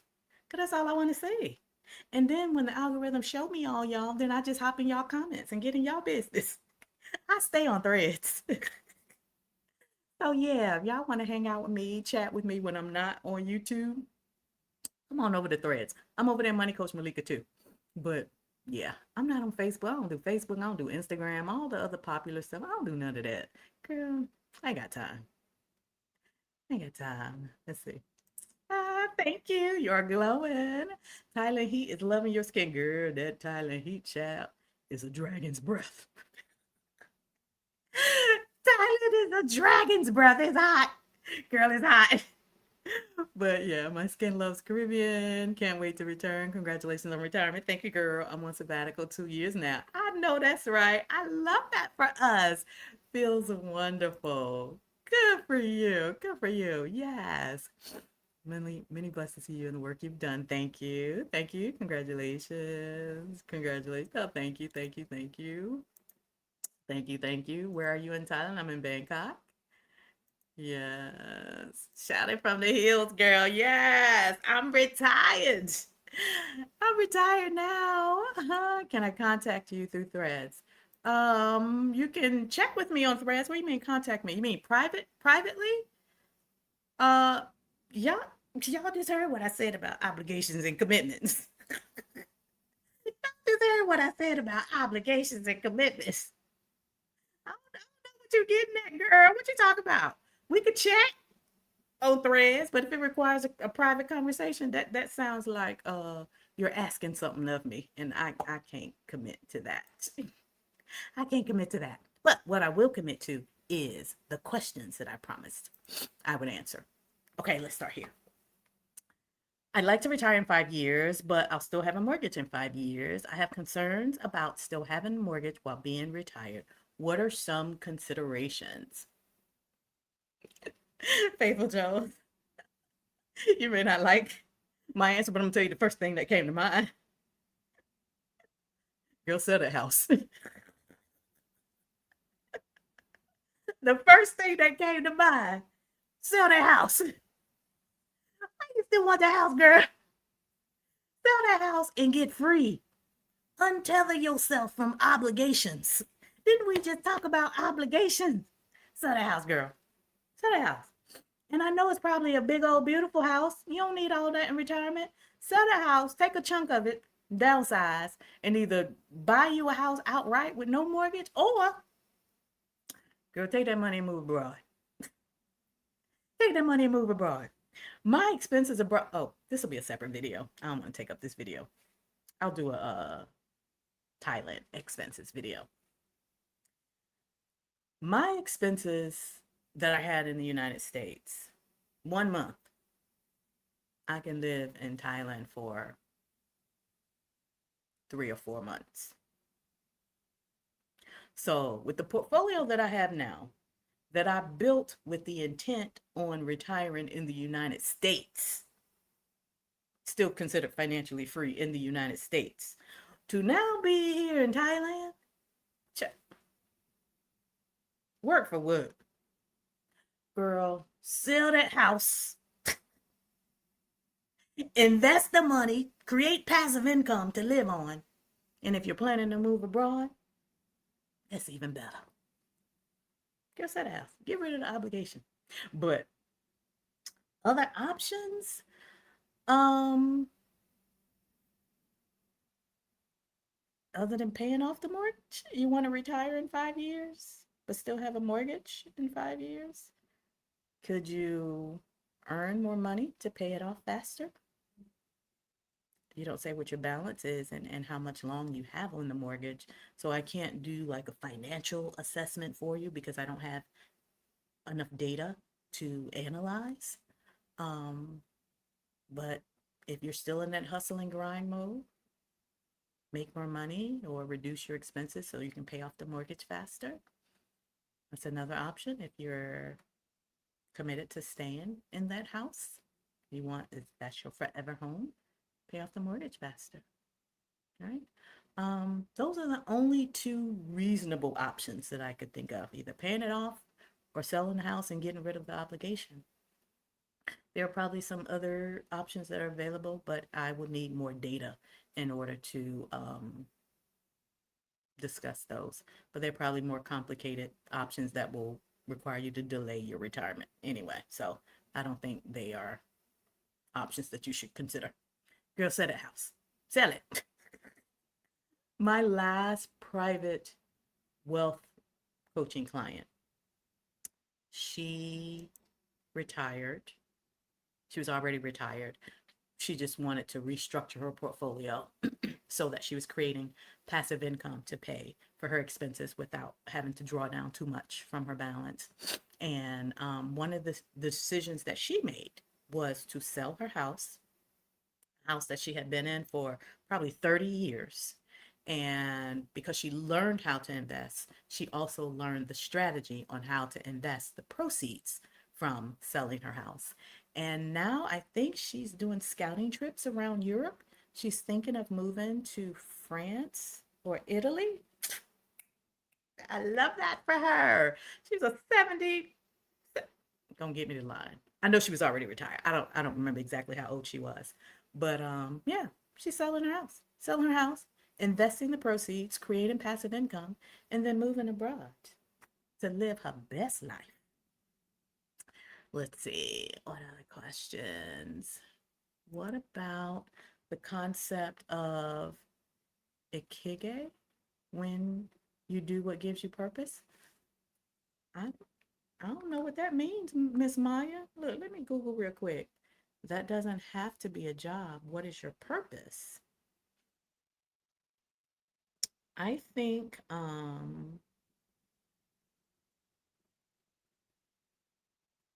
when people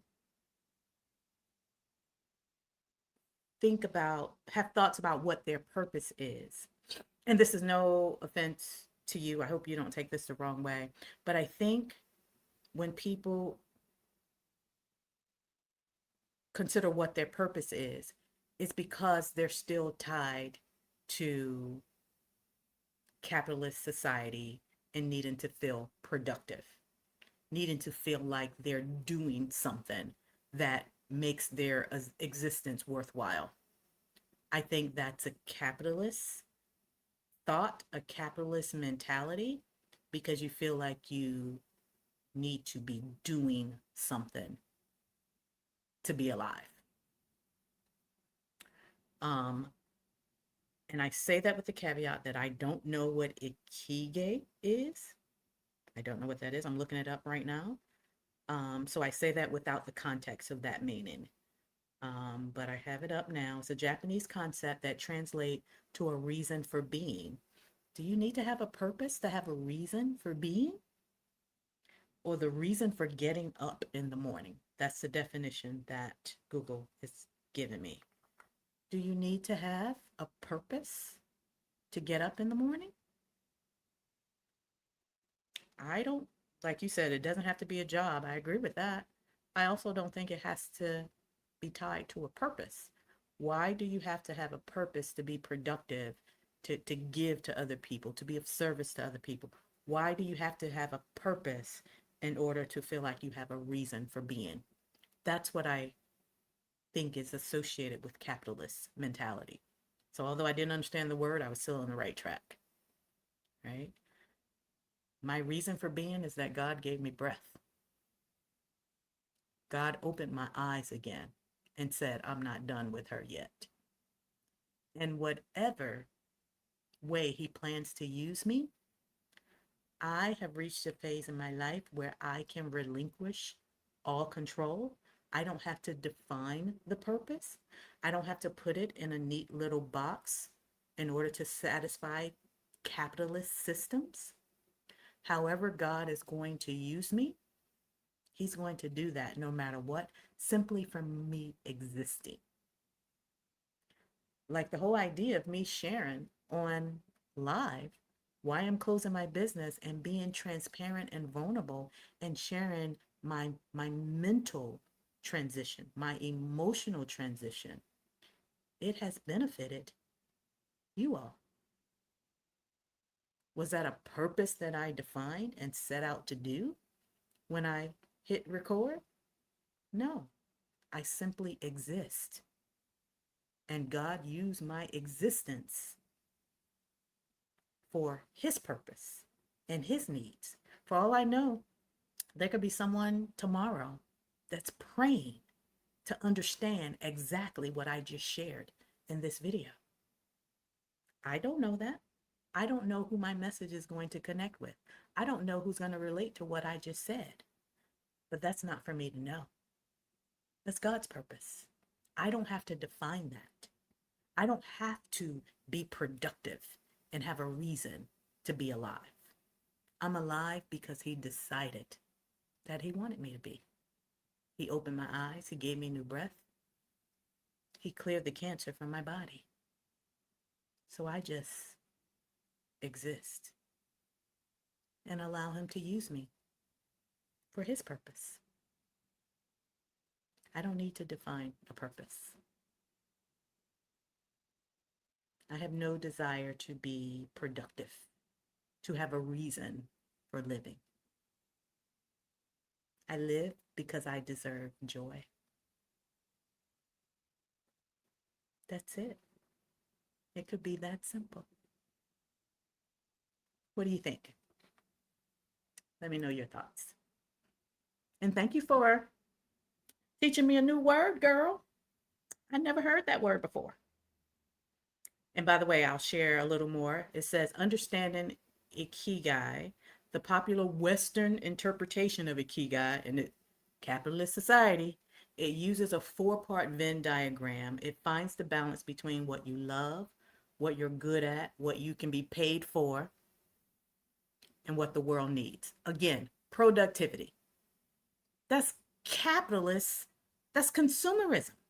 That's a capitalist society that's all about being productive and making money. Is that what you want to be the driving force of your life for the rest of your life?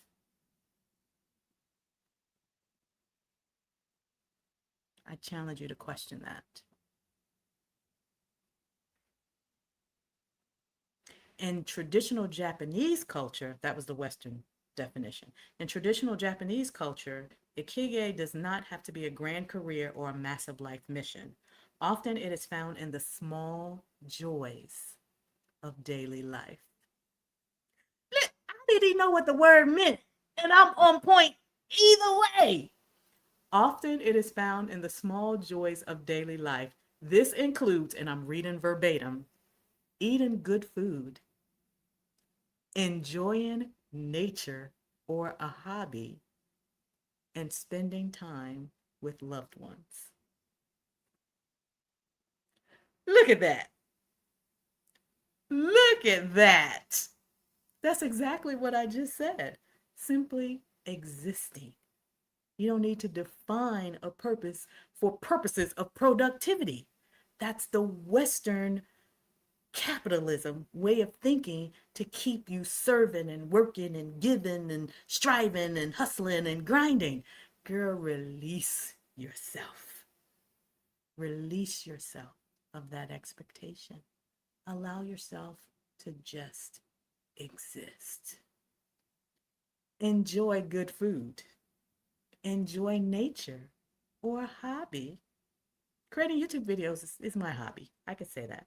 And spend time with loved ones. That's the Japanese traditional culture in the way the Japanese define the original term of ikigai. Productivity, what you're good at, what you're paid for, what the world needs, that's the Western definition. We're rejecting that. Let's reject that. Being here in Thailand, they have a phrase, sabai sabai. It annoyed the heck out of me when I first got here, but yeah, now I'm all sabai sabai. Is the sky gonna fall? Sabai sabai. Is the world gonna collapse? Sabai sabai. Can we handle this problem tomorrow? Sabai sabai. Thailand is changing me in such a good way, and I love it. I love it for me. But yeah, girl, let me know your thoughts on that term. Let me know your thoughts on that term and what I've shared, what I said in response. Let's see. How do you quell? Ooh, that's a good one. How do you quell your fear of running out of money? I struggle with the concept of believing I'll ever have enough. I think that is a very reasonable concern, especially if you haven't stepped away from your job yet and you're still getting that biweekly salary.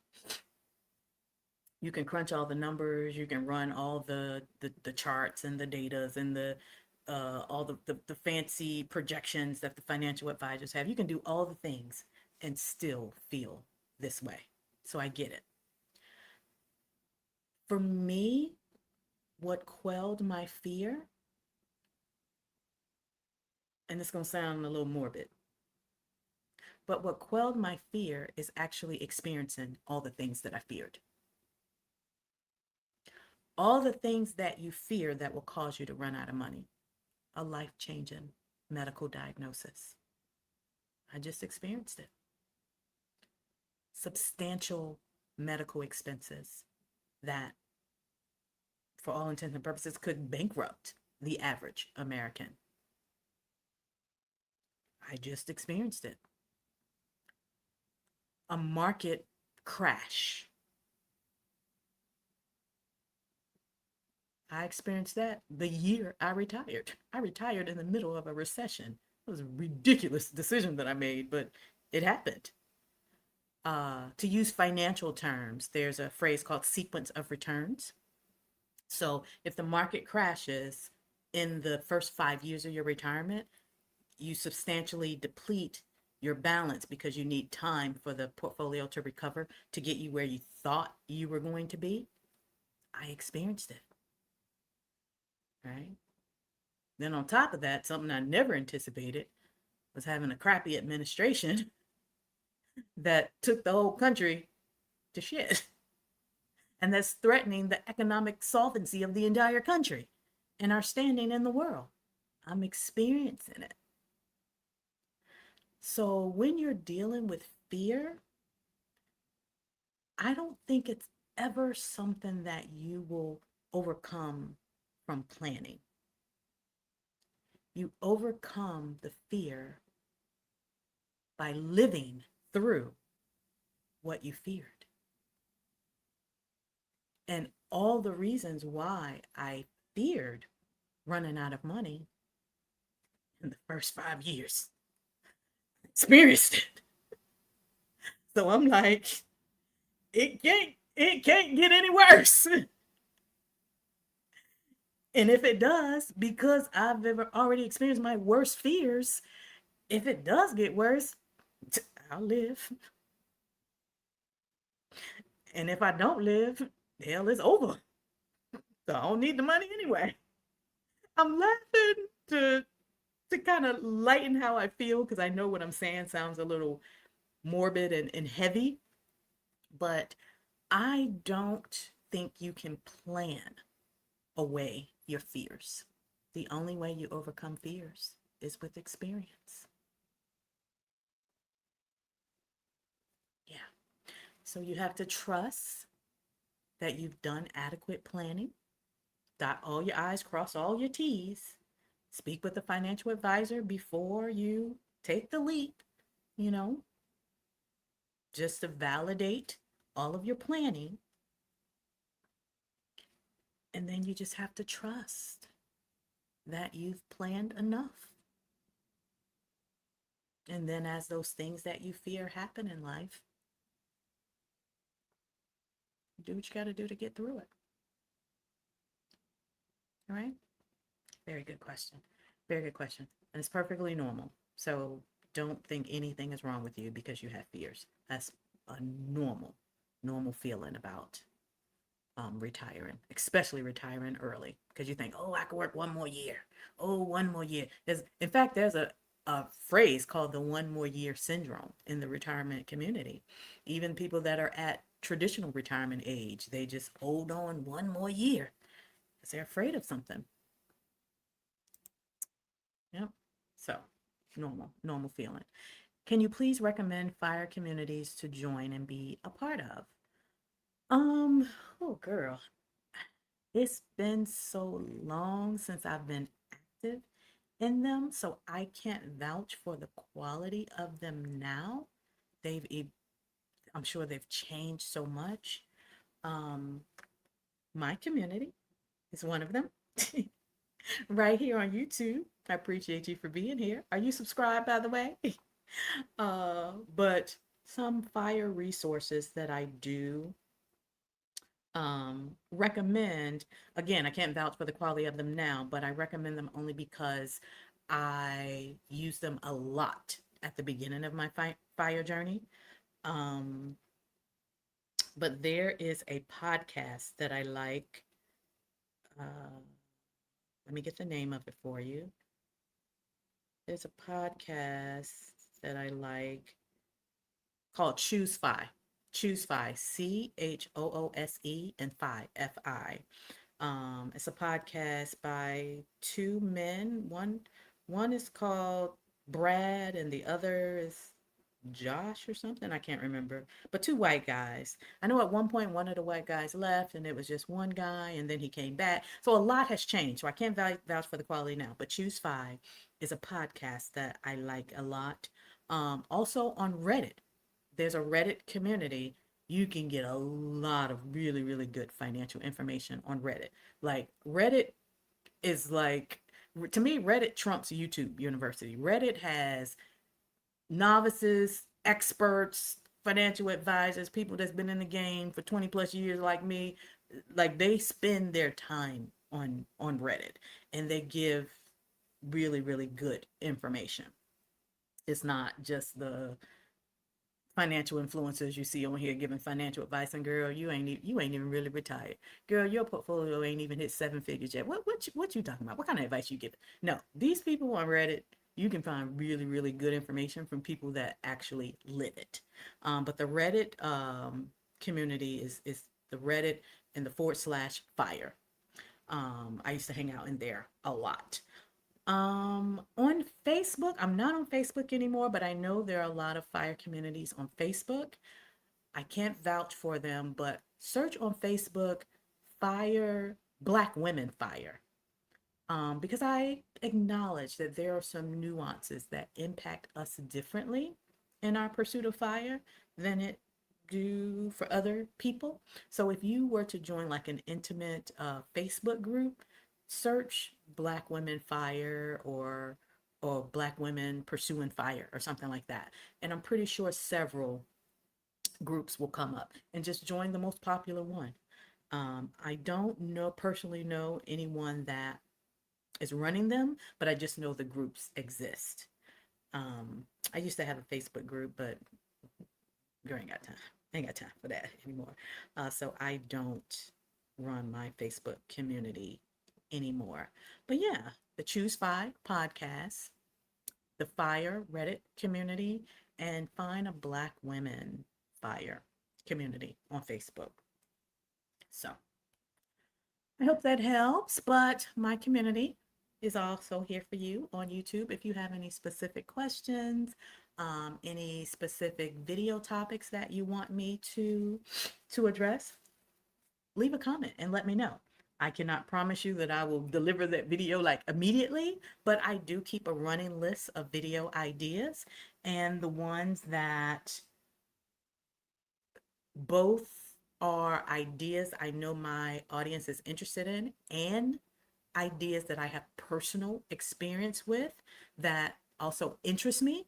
Those are the ones that I release the fastest, because those are the videos that I enjoy doing. And I also like sharing my knowledge with my experience, not just what I read in the book, what I learned on a podcast. You can Google that information, or these days, chat GBT that information. I think there is value in lived experience. So that's kind of like the niche that I have and what separates me from most finance creators.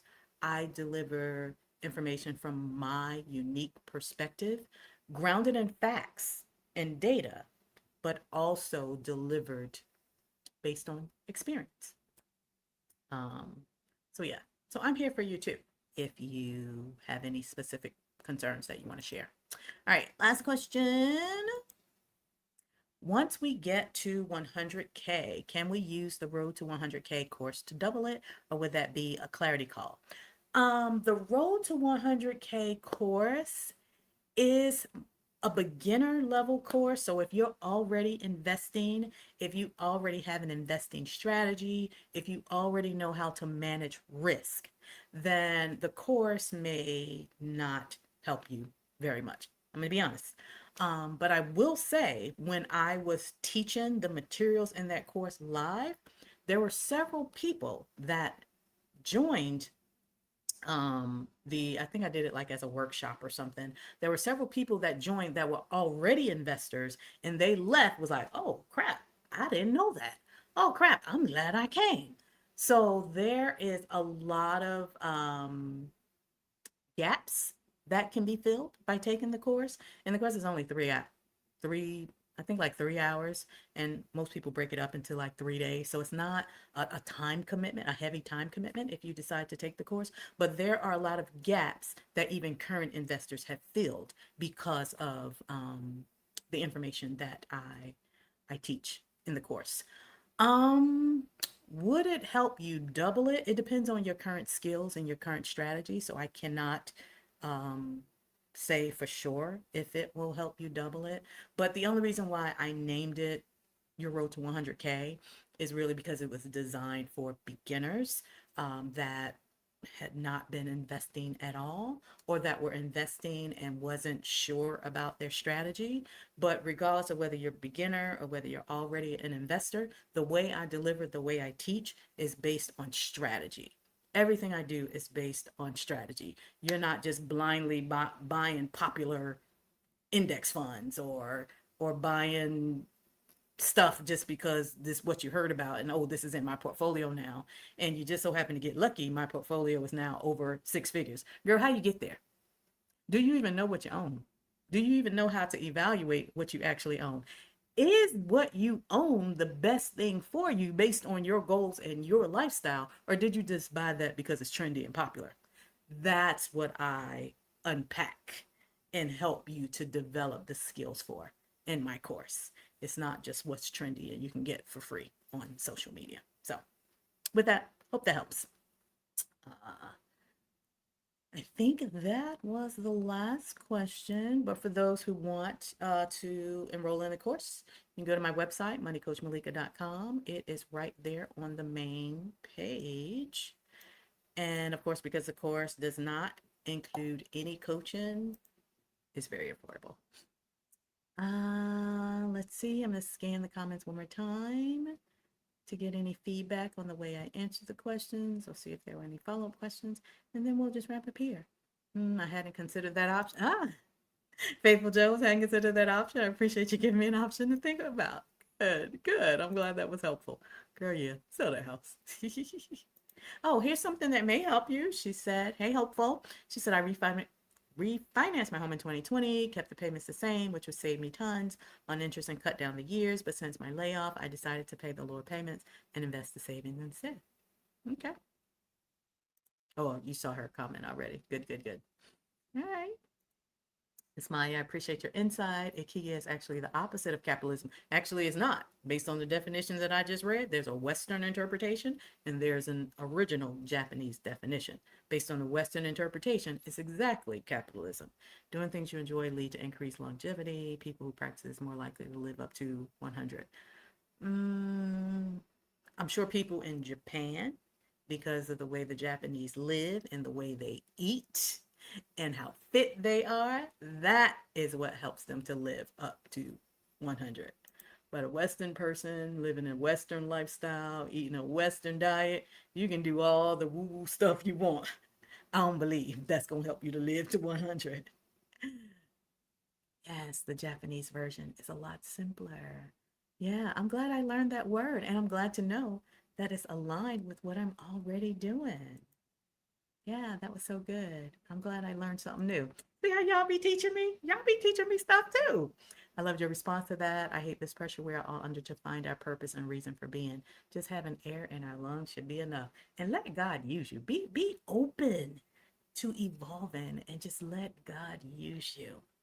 Yes. Yes. I'm here for the Japanese version, right? I'm here for it too. I actually like it. I like it. I like it a lot. Feels so freeing to not constantly have to think about a cabin inside. No, girl. Oh, it really is. You're welcome. I want to retire outside the U.S. There is no longer need to pay off the mortgage. Best to invest for my move and let the sale of the home take care of the balance due. Tell it, hopeful. I like your plan. I like your plan.